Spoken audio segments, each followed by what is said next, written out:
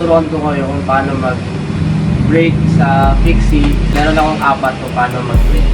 Yung una, back pressure lang.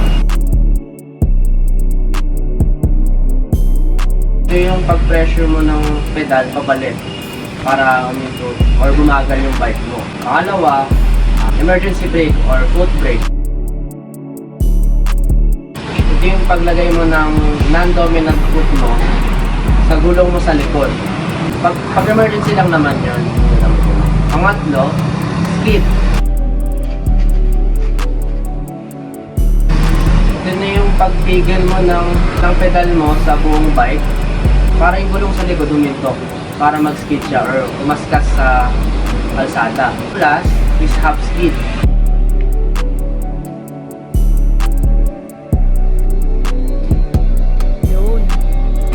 Ito yung pagtalon ng bike. Pagtalon ng bike sa likod, sabay pedal ng bike para huminto siya at magkaroon siya ng pressure pababa para huminto agad yung bike. Pag gumamit kayo ng fixed gear, dapat alam nyo na and aware kayo sa paligid nyo dapat.